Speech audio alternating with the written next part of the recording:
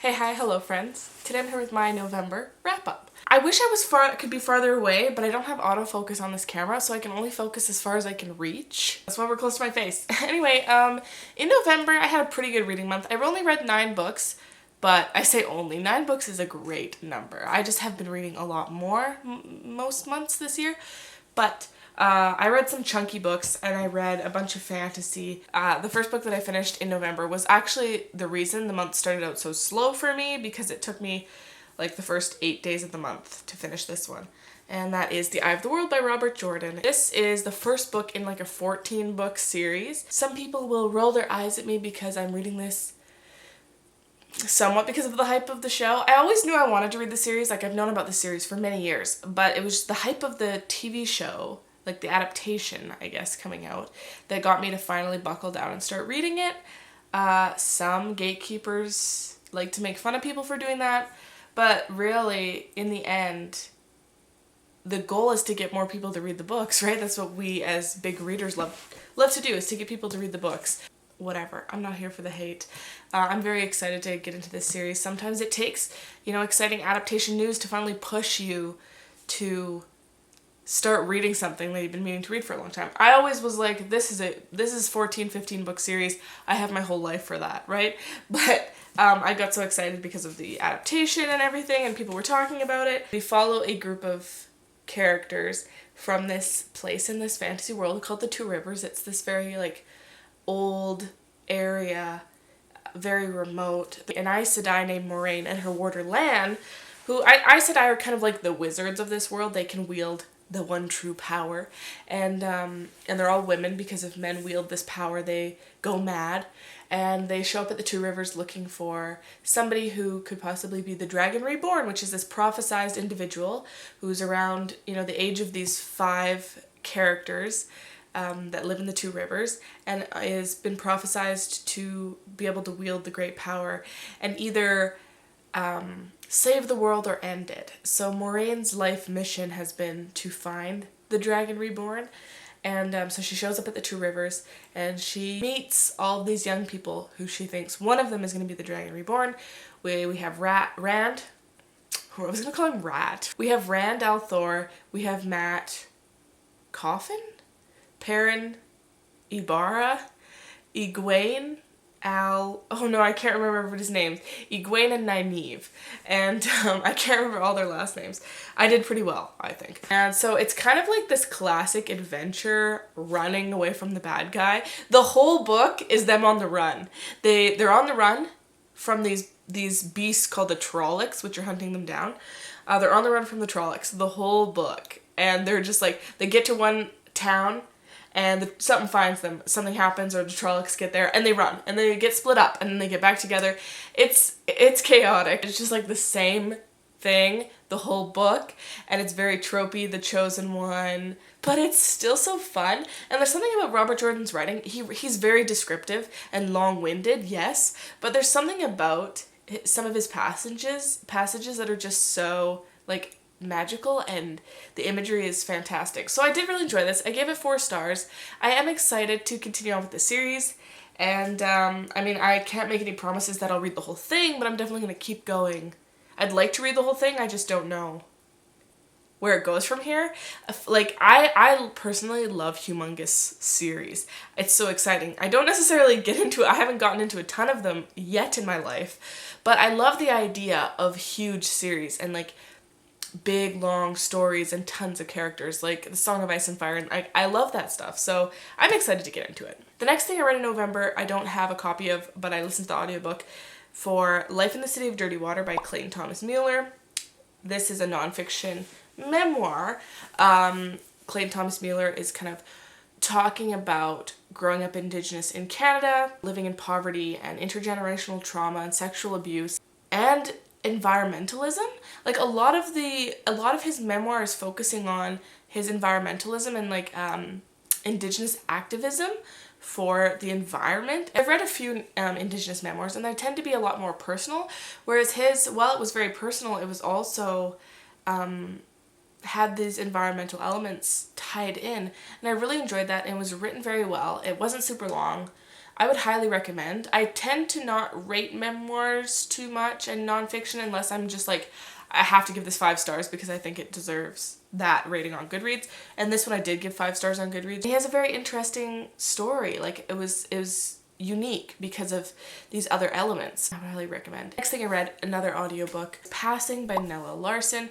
This is I guess it would be considered a classic at this point. It was written in like the 1920s. We follow one woman and she runs into an old friend from her childhood while in Chicago or New York. She finds that her old friend is passing for a white woman and is actually married to this racist white man and has been, you know, keeping that part of her life a secret from him and from most other people.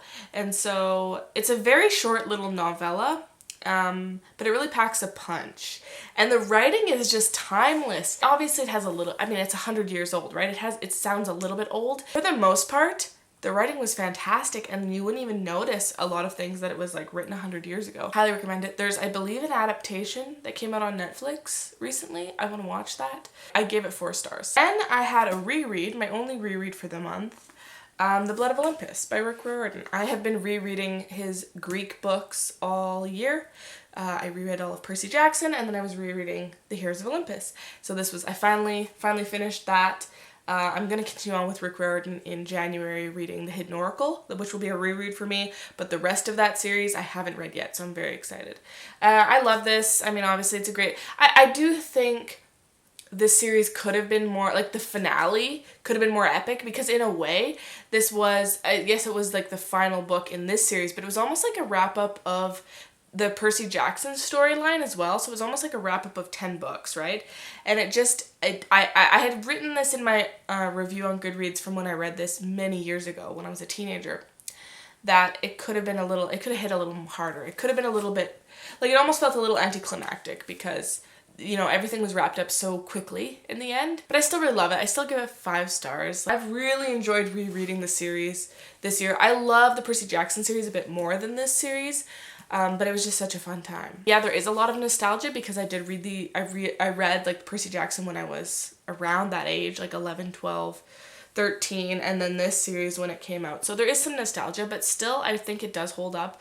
Obviously, like there are the odd phrase or joke that like hasn't aged well, but for the most part, I think Rick Riordan is one of the lesser problematic authors out there today, and he really tries to keep up with the times. And he keeps introducing elements into his books, which I really appreciate. So I really enjoy this, and I'm so happy to be back reading Rick Riordan because I hadn't read his books in like 5 years until this year, so very happy. The next book I read was Death of Iggy by Akweke Emeze. The book starts off with Vivek's mother finding them dead on the front step, like they were left there, and so unravels the story of everything that came before and the relationships Vivek had with their friends and family. Through little snippets from different characters in Vivek's life, we're getting this full picture. And Vivek's mother learning more about them and who they really were as a person. I can see this one being one I will reread because I think like I definitely might have missed some things. I will just appreciate some things upon a reread. I gave it 5 stars. It was obviously very bittersweet, but I would highly recommend picking it up. It's not very long either. The next thing I read in November was Vespertine by Margaret Rogerson. This is her newest release. I read Sorcery of Thorns by her. I think I enjoyed it. I think it was like a 4 star. This one follows a girl named Artemisia, I think is her name, and she is training to be a Grey Sister in this convent. A Grey Sister is someone who cleans the bodies of the dead, and she very much has like social anxiety. She just wants to be left alone to do her job, and she, like, a lot of the book is her inner monologue about, oh my god, I'm around all these people, this is so terrifying, oh my god, I have to talk to people. So like, in a way, I appreciated that, but it almost got a little annoying eventually. Basically, early on in the novel, Artemisia unlocks this powerful relic and harnesses its power to defeat this army of, I believe they're like an army of the undead. A group of possessed soldiers is what they are. I'm confusing you already. There's an ancient spirit bound to a saint's relic. And so she unlocks that, and so she ends up with this spirit like in her head talking to her, and it's like its own character. And that was actually at first annoying, but then it got a lot better later on. I enjoyed it. I don't think I liked it as much as A Sorcery of Raven. What the fuck is it called? Why do I want to call it A Sorcery of Ravens? That's like mixing her two previous book titles together. I enjoyed A Sorcery of Thorns more than this. Good thing this isn't super long, because at first I was quite into it, and then it kind of started to drag, and I was like, can this just be over? I didn't hate it. I give it 3 stars. It was alright. I was wanting it to be over by the end. I liked the different elements in this that aren't in a lot of YA fantasy. I liked, you know, the fact that there wasn't a romance. This character dealing with basically social anxiety and like PTSD, and yeah, it was alright. It was alright. The next thing that I read in November is The Death of Jane Lawrence by Caitlin Starling. This one was a little bit of a disappointment, I'm not gonna lie. I was very hyped for this book, and I love the cover so much. Still one of my favorite covers of the year. This follows a woman named Jane Lawrence, and she is propositioning this doctor in the beginning of the novel, basically saying like, let's have a marriage of convenience, because I need to get married, and I can work for you in your practice, because he's a doctor and he needs like assistance. And so he's very hesitant at first, but eventually he gives in. He has one condition, that she never go to his manor, the place he lives, Lindridge Hall. He has like a suite above, or like a living quarters above his medical practice in town. So he's like, you can just live there. I have to go back to Lindridge Hall every night. It's my duty. I have to stay there at night. I have to live there, but you don't have to. I don't want you to. It's run down. It's old. It's creepy. She hesitantly agrees to that. But then on their wedding night, her carriage gets like flipped over on this muddy road. And so she walks back to Lindridge Hall, and she ends up staying there the night. And there are very sinister things going on at Lindridge Hall. I guess it's a gothic horror, which I guess I haven't read a ton of gothic horror, but what I've read I haven't really loved. Mexican Gothic I thought was okay. Actually, I think I liked Mexican Gothic more than this one. I would say they're somewhat comparable. It just was boring. I was really, really wanting this one to end. By the like halfway point or the last third, I was like, okay, this can be over now.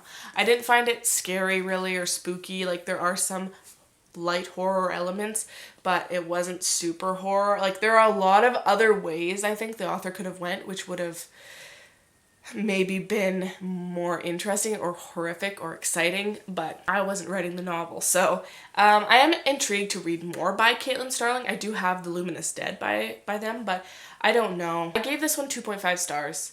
I just think it could have been better. This next book is, I think, my favorite read of November, and that is Iron Widow by Zirin J. Zhao. Ooh, where do I even start with this? I just finished this the other night, so I'm just like so excited to still.